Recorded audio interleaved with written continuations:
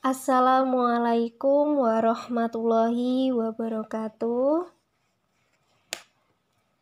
Ketemu lagi dengan saya Ustazah Zulfi Indah Rahmawati atau Ustazah Zulfi dalam mata pelajaran PPKN kelas 9. Halo anak-anakku kelas 9, bagaimana kabar kalian hari ini? Insyaallah semuanya dalam keadaan baik ya. Ini masih pembelajarannya masih jarak jauh. Ustazah harap kalian tetap semangat mengikuti pelajaran ya. Ini nanti Ustazah akan memberikan tugas, jadi supaya disimak baik-baik sampai akhir ya. Nah, pembelajaran PPKN pada pagi hari ini yaitu di poin 1 atau di poin A, yaitu penerapan Pancasila dari masa ke masa. Kemudian sekarang kita bahas poin B. Apa poin B? Yaitu dinamika nilai-nilai Pancasila sesuai dengan perkembangan zaman. Di sini yaitu kita bahas tentang hakikat ideologi terbuka. Nah, di sini ada tokoh yaitu Mupianto yang mengemukakan ideologi adalah sejumlah doktrin kepercayaan dan simbol-simbol sekelompok masyarakat atau satu bangsa yang menjadi pegangan dan pedoman kerja atau perjuangan untuk mencapai tujuan masyarakat atau bangsa. Nah, jadi di sini Mupianto ini mengemukakan bahwa negara ini pasti ada yang namanya ideologi. Karena ideologi itu merupakan pegangan atau pedoman kerja untuk apa? Untuk mencapai tujuan negara tersebut. Nah, jadi intinya ideologi ini adalah pedoman.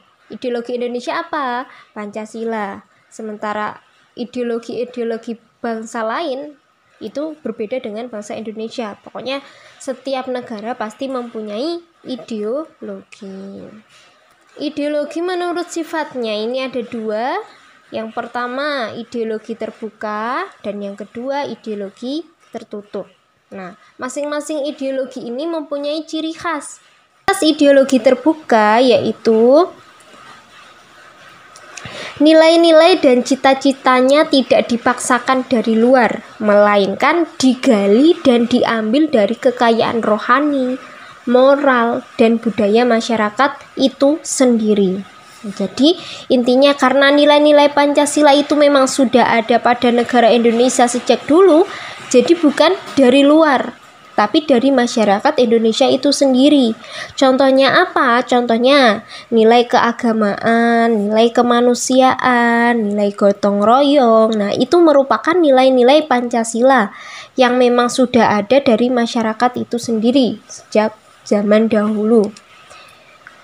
Kemudian selain terbuka, kita ada lagi ideologi tertutup.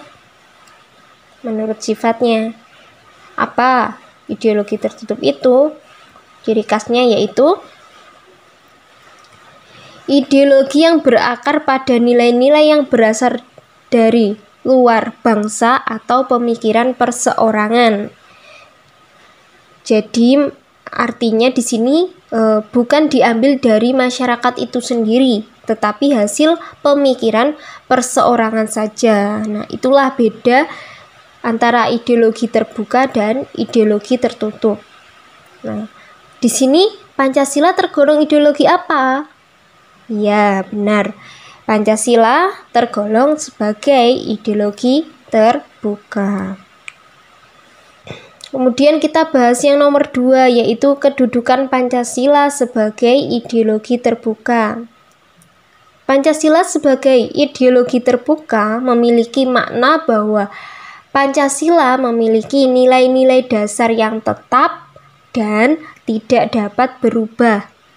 Nilai-nilai dasar ini diwujudkan dalam nilai instrumental dan nilai-nilai praksis yang disesuaikan dengan perkembangan masyarakat. Nah, nilai-nilai Pancasila di sini dibedakan menjadi tiga ya. Yang pertama ada nilai dasar, yang kedua nilai instrumental, dan yang terakhir yaitu nilai praksis. Kita bahas yang A, nilai dasar. Nah, hakikat kelima sila Pancasila ini yaitu ketuhanan yang Maha Esa, kemanusiaan yang adil dan beradab, persatuan Indonesia, kerakyatan yang dipimpin oleh hikmat, kebijaksanaan dalam permusyawaratan, perwakilan, kemudian yang terakhir keadilan sosial bagi seluruh rakyat Indonesia. Nah, itulah 5 sila Pancasila. Kalian insya Allah sudah pada hafal semua ya. Nah, nilai-nilai dasar tersebut bersifat universal, sehingga di dalamnya terkandung cita-cita, tujuan, serta nilai-nilai yang baik dan benar. Nah, kita bahas satu persatu ya. Yang pertama ada nilai ketuhanan yang Maha Esa. Nilai ketuhanan yang Maha Esa ini mempunyai hubungan antara negara dengan Tuhan. Kemudian yang kedua, nilai kemanusiaan dalam Pancasila, yaitu hubungan negara dengan sesama manusia sebagai insan sosial. Dan yang ketiga, ada nilai persatuan dalam Pancasila, yaitu hubungan warga Indonesia dengan bangsa dan negaranya. Contohnya kayak cinta tanah air, seperti itu ya. Kemudian yang keempat, ada nilai kerakyatan. Ya, nilai kerakyatan ini hubungan warga dengan pemerintah. Jadi seperti adanya demokrasi, seperti itu, musyawarah. Kemudian yang terakhir ada nilai keadilan. Nilai keadilan ini hubungan warga dengan kesejahteraan dan keadilan, yang disitu bisa meningkatkan taraf hidup. Lanjut, nilai instrumental. Nah, nilai instrumental di sini yaitu penjabaran dari nilai-nilai dasar ideologi Pancasila yang berupa peraturan perundangan dan lembaga pelaksanaannya. Misalnya Undang-Undang Dasar, kemudian ketetapan MPR, undang-undang, serta peraturan perundang-undangan yang lain. Nah, di situ dapat disesuaikan dengan perkembangan zaman dan aspirasi masyarakat berdasarkan nilai-nilai Pancasila. Nah, kalau tadi nilai dasar ini berkaitan dengan nilai-nilai tiap sila-silanya. Sementara nilai instrumental di sini berkaitan dengan nilai-nilai yang berupa peraturan perundang-undangan. Jadi seperti contohnya Undang-Undang Dasar, TAP MPR itu tadi harus sesuai dengan nilai-nilai Pancasila. Jadi tidak boleh bertentangan. Kemudian yang terakhir ada nilai praksis. Apa toh nilai praksis itu? Nah, praksis diambil dari kata praktek. Jadi nilai ini adalah pelaksanaan dari nilai-nilai Pancasila.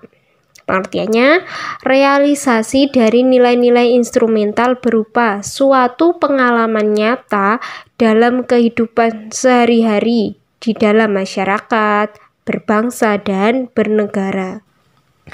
Dalam realisasi praksis inilah penjabaran nilai-nilai Pancasila senantiasa berkembang dan selalu dapat dilakukan perubahan dan perbaikan atau reformasi sesuai dengan perkembangan zaman dan aspirasi masyarakat, sehingga Pancasila merupakan ideologi terbuka. Kemudian ada dimensi Pancasila. Dimensi Pancasila ini ada 3. Yang pertama ada dimensi idealisme, kemudian dimensi normatif, dan yang terakhir ada dimensi realitas. Dimensi idealisme ini bersifat menyeluruh. Menyeluruh itu bersumber pada filsafat Pancasila. Kemudian dimensi normatif ini nilai Pancasila dijabarkan dalam suatu norma. Dan yang terakhir, dimensi realitas. Di ideologi harus mampu mencerminkan realitas kehidupan yang berkembang dalam masyarakat. Nah, itu tadi materi pada poin B. Kemudian di sini Ustazah memberikan tugas individu kepada kalian anak kelas 9, 9A, B, C, D.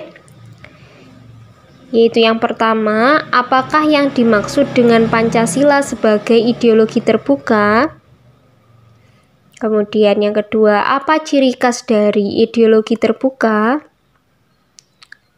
Kemudian yang nomor 3, berikan 2 contoh perilaku dalam mewujudkan nilai ketuhanan, yaitu yang ada pada sila pertama.